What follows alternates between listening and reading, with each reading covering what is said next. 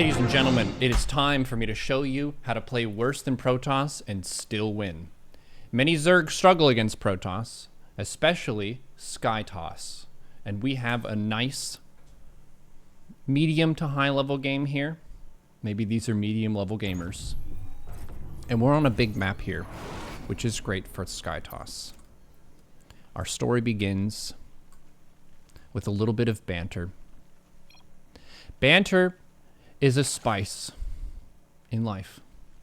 And that spice can complement the dish, or it can really put a sour taste in your mouth. I went into this game with a little bit of foreknowledge, because my opponent here is one of the known toxic gamers of the EU ladder. Many streamers have reported manner pauses, very hateful words, and so on from this individual. So I wasn't surprised at all, and I expected some smack talk, and that's adorable.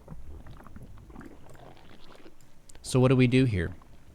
We play normal, because even though someone's talking shit, they still have to earn the W by outplaying you.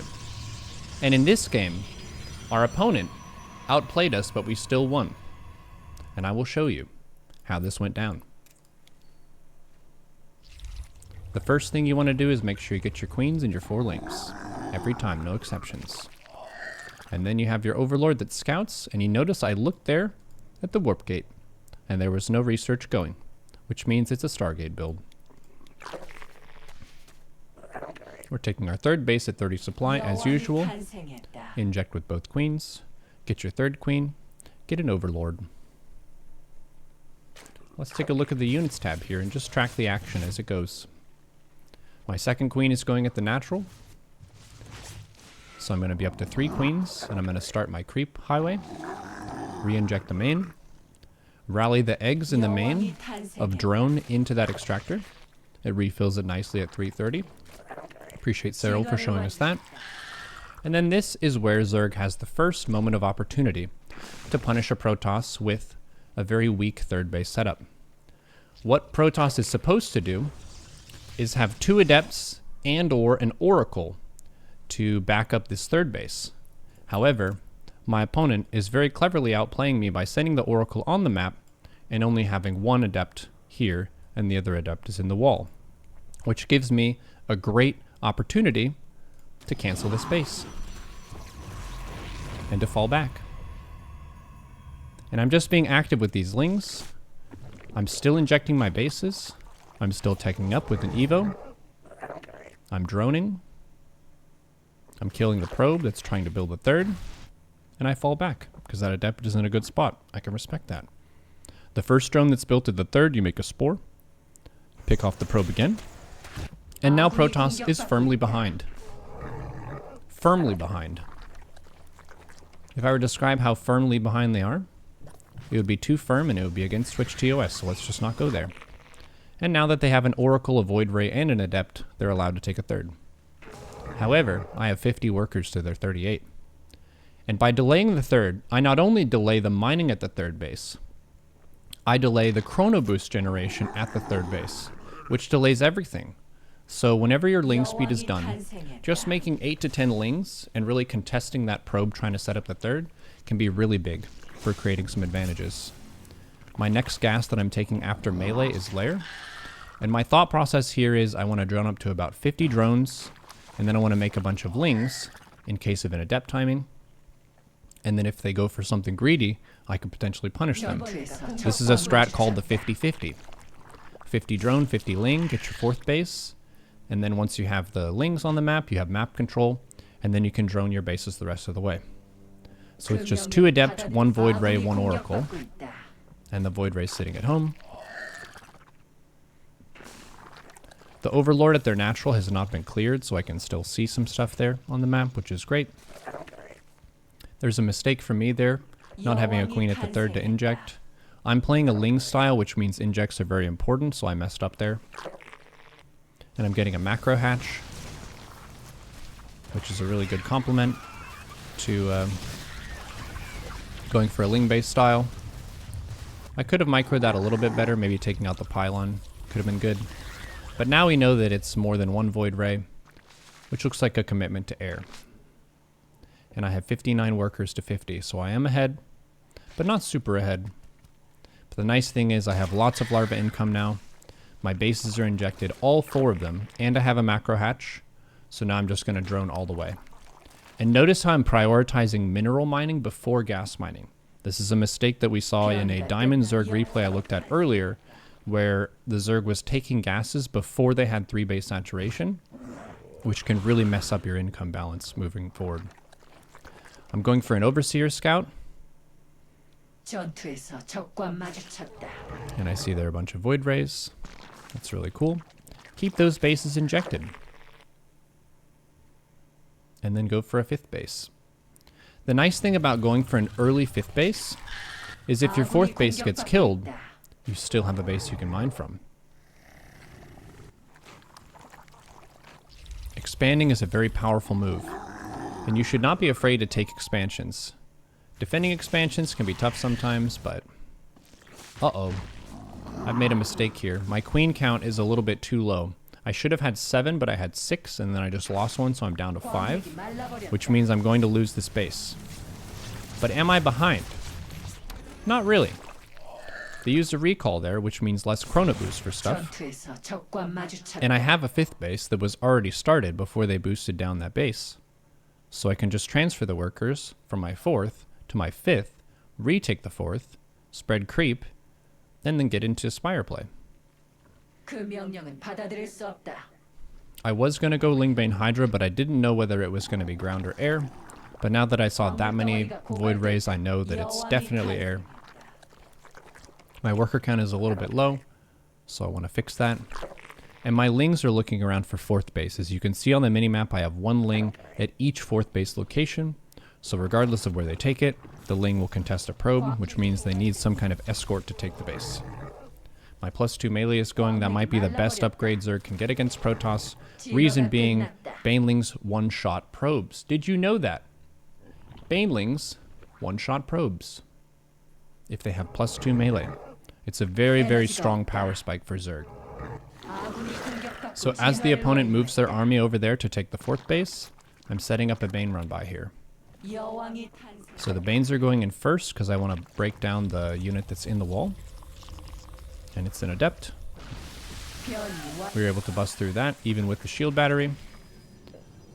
And now the Banes can do a lot of damage here. Look at the opponent's worker count now. 63, 62, 57, 55. This is an enormous amount of damage. And I have a Spire behind this. And I have a 5th base behind this. And I'm taking gases. I see the unit in the wall. That's very diligent. Lots of static defense there. Keeping up the inject uptime. I have 4 bases injected. 5th base is up. And there's a mistake for me. I didn't get the Spire upgrade right away. The Spire is a little bit out of my camera vision, so this is a minor mistake from me. If you're looking at my camera hotkeys, I can't actually see the top of the Spire, which shows the progress bar of an upgrade. So this was my bad. If you get a Spire, you should pretty much always take an upgrade right away. The only time you wouldn't is if you were going for like 5 muta harass only and then into ground. So if you're just going to make some mutas, or if you're going to go greater Spire right away. But aside from that, you want to make sure your Spire is doing something, because Zerg going Spire, you want to make a lot of units and you want to upgrade those.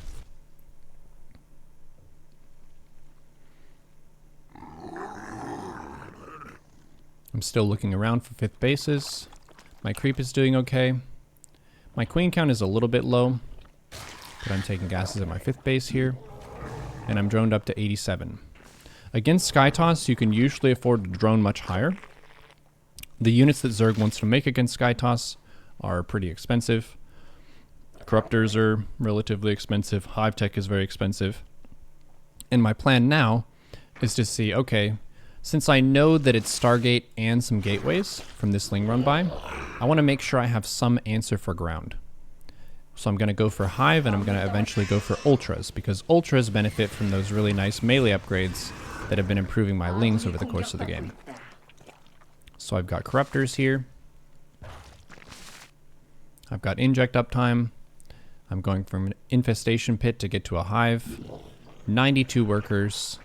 57 lings, and it's just corruptor ling for me right now. And my lings are positioned in a way that they could backstab if my opponent moved out with their full army. My corruptors I'm just keeping at home because I can't really do too much with them until I have enough to one-shot. Once I have enough corruptors to one-shot, then I'll be good. But that's about 25. And sometimes I'll go a little bit over 25, just in case you lose a few. We see a mixture of carrier, void ray, and so on. I think the stream reset during the subathon because I might hit another 48-hour mark. Go ahead and press 4 when the stream is back if you can hear me. Now I'm going to go for a Bane run by. And I'm sending lings at this space at the same time. This is a distraction. I didn't really intend to get much purchase with these lings here. My main objective was to run Banes into the worker line. And I did so, and I got a little bit of damage. The corruptors got a little bit munched there by the Archons, but it was still good for me to get a read that there are a bunch of Archons, which tells me that I should mix in some Ultras in my army comp. The opponent has 64 workers, 4 carriers, 3 Archons, 6 Adepts, which is really weird. I don't know why they're Adepts. 3 Stalkers, which I don't know why there are 3 Stalkers. 6 Void Rays, an Oracle, a Sentry, and a High Templar. Really a kind of ragtag group of Protoss units. And I just have Corruptor Ling, with the plan of going for Ultras later on. So Ling Bane Corruptor into Ultra, I think is the best way to respond to Sky Toss. I did take those Hydra upgrades, but you notice I haven't made a single Hydra the whole game. Banelings deal bonus damage to buildings, so I'm perfectly happy just running Banes into pylons. If you have an economy that's as strong as like 90 workers, you can absolutely trade Banes and remax. You just have to make sure that you have plenty of larva income to support that. I have a 6th and a 7th base now. I'm getting an Ultra Cavern. I'm poised to strike with some Ling Bane. But the Ling Bane doesn't trade super great against the Mass Archon. Need to be careful of that. That was a mistake from me. The Ling's running into the Archons there. Now what am I making? I'm making more Lings. I'm getting Adrenal Glands. I'm getting +3 melee. I'm trying to move this queen onto creep so she can heal some of these corruptors. Getting some creep tumors as well. Now I'm going to try to do a caustic spray move while distracting on the left-hand side with Lings. So a lot of the success of doing some harass damage involves distracting them on the other side of their base first. So same as the Ling attack into Bane run by, I'm going to do a Ling Bane attack on the left and a Corruptor attack on the right. But now my opponent is maxed, and they want to go for a big push down mid. Just a simple push. I'm killing this base. There's sentry and a bunch of static defense there, so the Ling's are going to go elsewhere. And then because I realize my army is out of position, I just pulled all the workers at this base to a fresh base that's far away from the angle that they're pushing. They're pushing into my base just directly down the center. So I'm going to send the drones down the side. It's much better to lose lots of mining time like this and save the workers if you can, than to just let them kill the workers at the base. This creates a lot more work for them and puts them at a decision now. The opponent has to decide, do I chase down these drones to where they're going, or do I run down mid to try and kill the Zerg's tech? And in this case, the opponent chooses to go for my tech, which I'm totally fine with. I could remake my tech a little bit faster, so that's a mistake from me.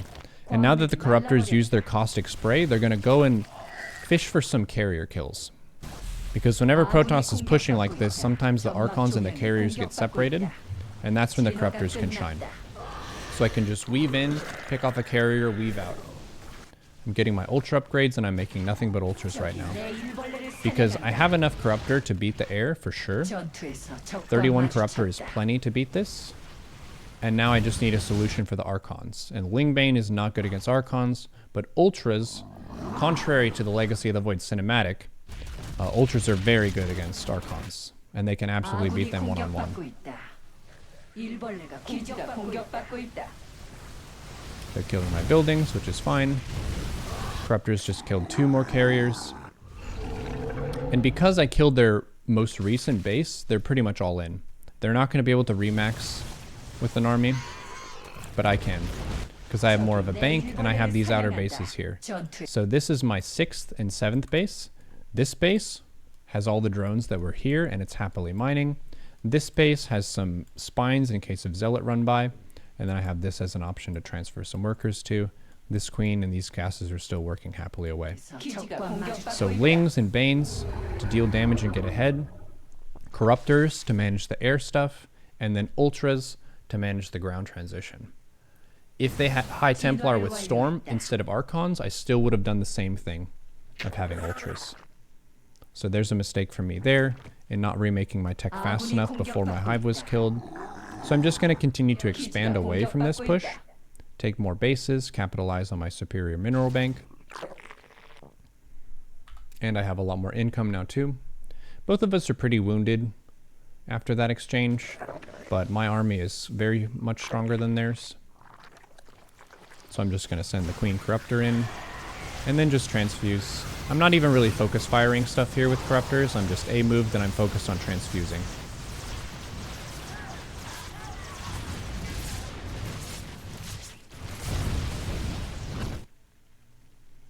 Gotta take some more gases. Looking to rebuild some of my tech. Hotkeying my new base that I just took. My pool is done. When the lair is done, I can rebuild more tech. Okay, I have a new lair. I can get another infestation pit and a spire. And I'm going to keep with the same set of tools of Ultra Corruptor if I can, because that's what I've upgraded. And that stuff is really good against a mixture of air and ground. The Corruptors want to avoid the Archons and try to find any stragglers. We found a straggler carrier, pick it off, that's really big. Taking infestation pit and a spire. Another straggler carrier that we can punish. And then now their army is super weak, so we can just A-move it and win.